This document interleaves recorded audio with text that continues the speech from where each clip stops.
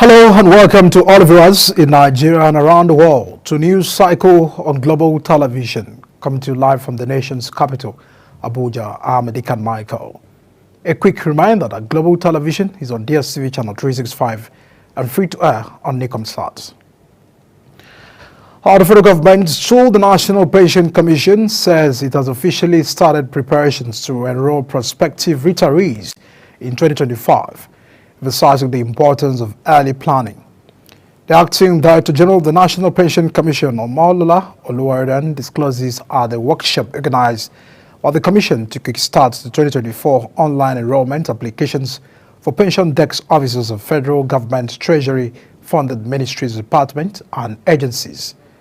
It also issued a stern warning to all ministries, departments, and agencies, urging them to avoid any last-minute rush that could disrupt the enrollment process and negatively impact the retirees' transition into their new phase of life. Properties worth millions of naira have been destroyed by fire outbreak at the popular Canteen Quarry Textile Market.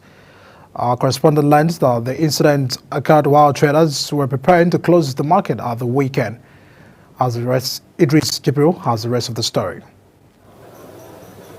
Although it is still not clear about the cause of the outbreak, but traders suspect electricity sparks from a solar connection destroying a total of 10 shops belonging to various traders. For over 2 months, we don't have light in this part of the market, and many people are suspecting it's a solar connection that caused the problem. According to Quarry Market Traders Union, investigation is ongoing to ascertain the real cause of the fire and also the extent of the damage. We don't really know what caused the fire, but we are working in collaboration with Kano State Fire Service and the owners of the shop, which I am part of them, to see what is responsible for this fire, even though some people are saying it's solar because there is no light here. Saifullahi Awal and many other textile traders are trying to assess the damage caused by the inferno, as they could not salvage anything from their shops. I was at home when I received a phone call that I should come to the market. Our shops are on fire. And by the time I arrived, everything has gone. And I can tell you that I could not remove anything from my shop. I've lost everything that is inside the shop, including my computers where I used to put records. The affected shop owners have therefore appealed to authorities to come to their aid. From Kano, Idris Jibril reporting for Global Television News. Newly elected Benue State Local Government Council chairmen have been told to uphold diligence and selflessness in the discharge of their duties. Governor Haliau gave the charge at the swearing-in ceremony of the chairman at the Government House in Makadi, also enjoined them to uphold accountability and transparency at the discharge of their duties. Our correspondent has a report. The swearing-in of the 23 local government chairmen follows their victory in the October 5th council polls held in the state. Governor Hayatin Alia, at the ceremony, while congratulating the chairman and the All Progressive Congress APC for their emphatic victory in the polls, advised them to run the affairs of their respective councils with fear of God. The governor, who encouraged them to key into the developmental strides of his administration, also urged them to engage all stakeholders at the grassroots to achieve meaningful development. I am hopeful that as you get out there, let the actions you display be louder than what you would say. Let people physically, tangibly, and cognitively see you at work and let them feel the impact of what you are doing at the local government. Chairman Vandekia Local Government Council Dennis Guda, on behalf of other chairmen, expressed gratitude for the opportunity and pledged to replicate the footsteps of the governor in making life meaningful at the third tier of government. We'll make sure that we will help you collectively, with collective responsibility in our respective local government, to pull out Benue State from the moldy situation that is in. We will work as never before. Others also commented on the significance of the day in the life of the state. much more to be expected from us. And with the kind of mass jubilation that heralded our victory, I am sure we cannot fail. As soon as we start coming in, we are going to collaborate effectively with all stakeholders to ensure that development gets to the people. Councillors are expected to be sworn in by their respective chairmen in the various local government areas. From Makodi, Aisha Lare Musa reporting for Global Television. The Governor of Lagos State, Babajide Sanwo-Olu, has called on leaders and stakeholders across all spheres to prioritize creating an enabling environment where youths particularly can reach their full potential. The governor said fostering an environment where young people can thrive is a collective responsibility of leaders to the future generations. And away from that, as the high cost of rice continues to take toll on Nigerians across the country, some Kano residents are now patronizing unbacked leftover rice from factories in the state in order to feed.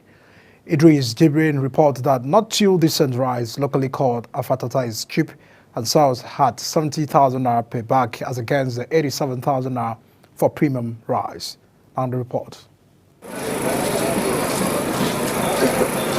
This may not look like food someone could eat, but it is called apapata rice in Kano, a name given to it by the residents because of the difficulty in processing it before the eventual use.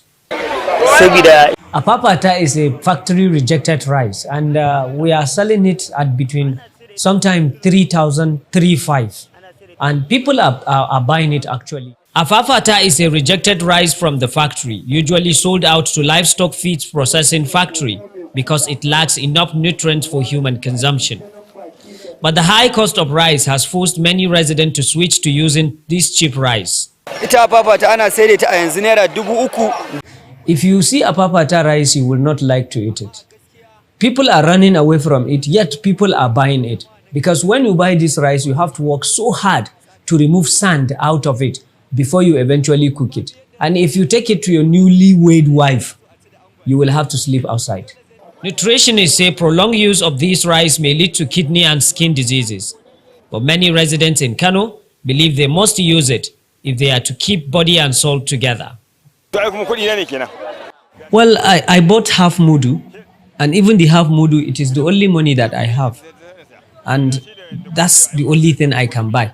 And this apapata rice is the only thing we can buy at the moment because there is no money to buy premium rice, which is about 5,000 naira per mudu. Despite warning by health experts that prolonged use of this apapata rice may lead to kidney and other diseases, but hundreds of people flocked in this market on daily basis to patronize this rice because they say it's cheap to buy. From Kano, Idris Jibrin reporting for Global Television News. Many thanks, Idris. And now to residents of Imo State have lamented over the current economic situation in Nigeria, attributing it to the removal of fuel subsidy by President Bola Tinubu. Our correspondent Amarachi Bell reports from Owerri.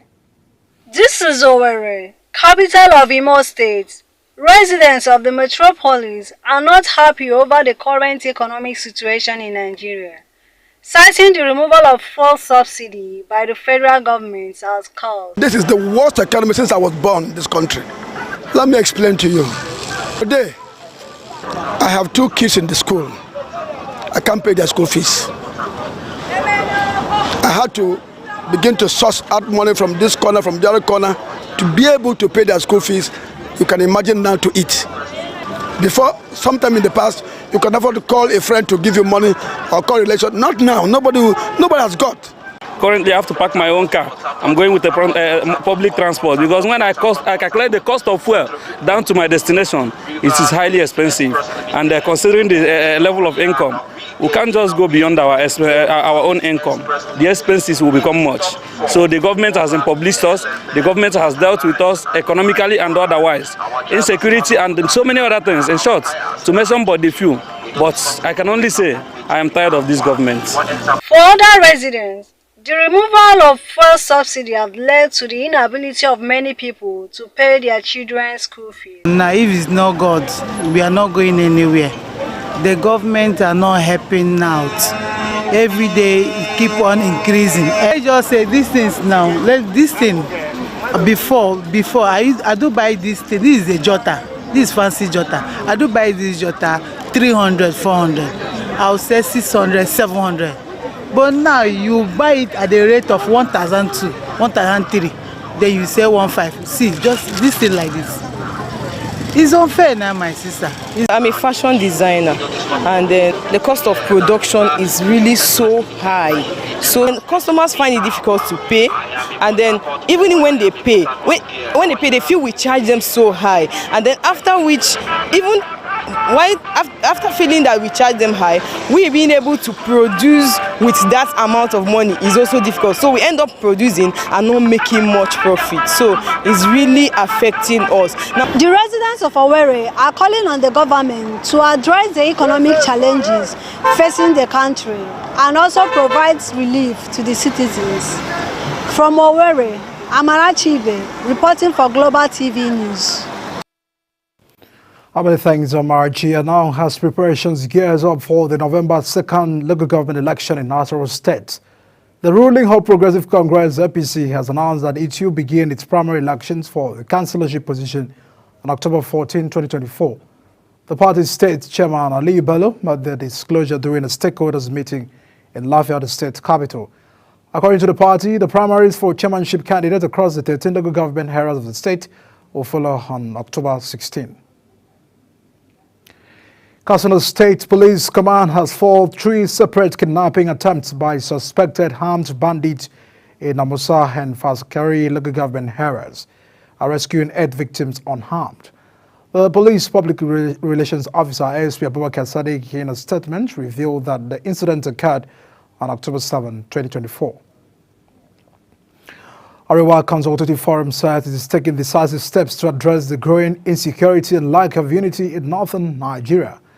The forum's National Public Secretary, Professor Tuku Mohammed Babat, said the region can no longer remain passive in the face of increasing banditry and terrorism, which have significantly disrupted lives, agriculture and travel.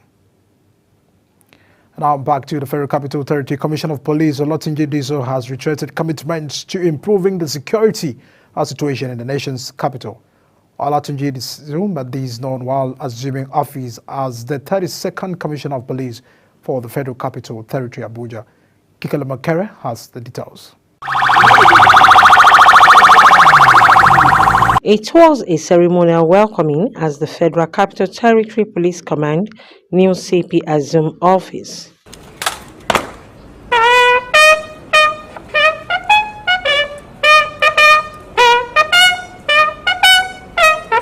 Shortly after the inspection of the quarter guard, CPD to read a riot act on those who seek to disrupt the tranquility of the FCT. To those who seek to disrupt the tranquility of the FCT, I send a clear and resolute message.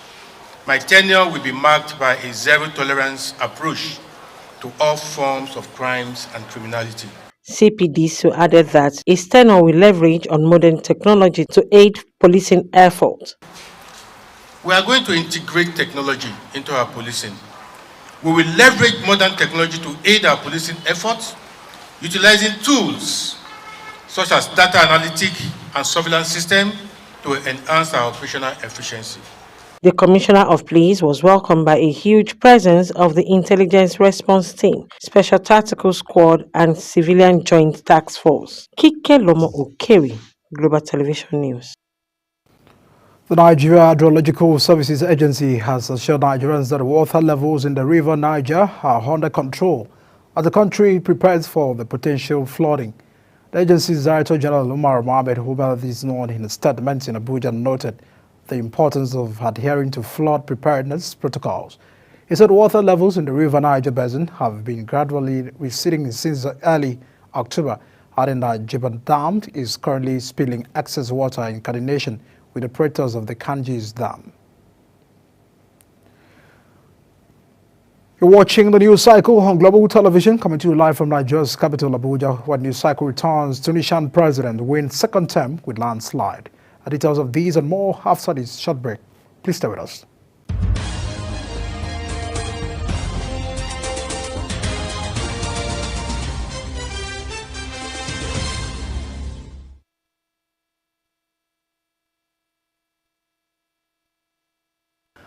Many thanks for staying with us on News Cycle. Now on to business. The federal government has ordered electricity distribution companies to replace weak distribution networks in their franchise areas within 7 days. It gave the directive through the Nigerian Electricity Management Services Agency, stressing that this latest order comes after 2 months' notice earlier issued to implement the necessary changes. The NEMASA Managing Director and Chief Electrical Inspector of the Federation, Tuka Aliju, discloses at the 2024 Customer Service Week in Abuja. Now, the Central Bank of Nigeria has emphasized its commitment to the stability of the country's financial system, highlighting that regular stress tests are conducted to identify potential vulnerabilities in banks.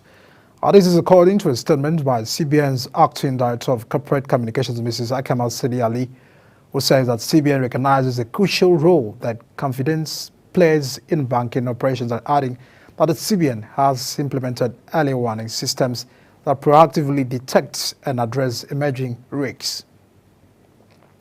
About in business, the federal government has inaugurated the National Task Force on the European Union Deforestation Regulation. The Minister of Agriculture and Food Security, Abubakar Kari, disclosed this at a press briefing in Abuja. He said the inauguration of the NTF is a crucial step in aligning Nigeria's agricultural practices with international standards, ensuring that the continued access of Nigerian products to the lucrative EU market. 3 major revenue-generating agencies in Nigeria deducted a total of 533.11 billion naira as cost of revenue collection in the first 7 months of 2024. The agencies include the Nigeria Customs Service, Federal Inland Revenue Service, and Nigerian Upstream Petroleum Regulatory Commission. This figure derived from the Federation Account Allocation Committee report published by the National Bureau of Statistics, marks as a substantial increase of 99.85% compared to the 266.35 billion naira recorded in the corresponding period of 2023. And now the federal government has issued a fresh deadline of September 2025 to Julius Berger to complete the 280 billion Bono Road currently under construction in Rivers State. This came as President Bola Tinubu approved the fixed contract sum of to Julius Berger after it was reviewed upwards to facilitate the road's early completion. The Minister of Works, David Umahi, disclosed this during an inspection of ongoing federal road project in Rivers State. The Fourth Foundation, John V. and Catherine MacArthur Foundation, Illuminates and Open Society Foundations have unveiled the West African Democracy Fund, a $20 million initiative aimed at bolstering democracy across West Africa. The 3-year fund is designed to address the democratic challenges in the region and foster greater citizen engagement in political transitions. The fund, targeted at supporting West African states currently facing various democratic challenges, will over a period of 3 years support activities to increase citizens' engagement with democratic and political transition in respective countries. At the foreign scene, French authorities have ordered Omar bin Laden, a son of the Al-Qaeda leader Osama bin Laden, to leave the country over a post on social media of France's interior minister announced. Now, in an election that was criticized by right groups, Tunisia's President Kais Saied has won a second term with more than 90% of the vote, the Electoral Commission has said. Only 2 candidates out of more than a dozen other hopefuls were allowed to stand against the president, said in Sunday's ballot, where only 29% of the more than 9 million registered voters took part. Kenya's parliament set to vote on impeaching Deputy President Rigathi in a political drama that has exposed a rift in the governing party. Lawmakers have accused the 59-year-old deputy to President William Ruto of corruption, undermining the government, and practicing ethnically divisive politics, among a host of other charges. At a press conference, they denied the accusations as outrageous and shared propaganda, saying it was a scheme to hound him out of office. Out of sports, Manchester United have joined the race to sign Bayer, attacking the sensation Victor Boniface, setting the stage for a potential transfer battle with Chelsea. The 23-year-old Nigerian striker has been in brilliant form since joining of the German club in the summer of 2023, attracting the attention of several top European sides. Boniface impressive. The both seasons saw him score 21 goals and provide 10 assists in 34 appearances, playing a crucial role in the historic triumphs that handed Bayern Munich's long-standing dominance. Now more on sport, Paris Saint-Germain PSG have reignited their interest in Atlanta forward Ademola Lookman as the French Giants took to bolster the attack in the January transfer window. The Parisians' attacks have struggled to score goals in recent matches, prompting the club to revisit their pursuit of the Nigerian international. Lookman, 26, has been in brilliant form since joining Atalanta from the RB in 2022 for €9.35 million plus bonuses, amassing 33 goals and providing 20 assists in 81 competitive appearances for the Italian side. And that was a package on News Cycle coming to you live from Nigeria's capital, Abuja. We're on DSTV, channel 365, Star Times, channel 276, and free to air on Nicomsat. Kindly follow us on all social media platforms using @GlobalTVNG and other handles now sharing on the screen. I'm Edika Michael. Many thanks for watching. See you again.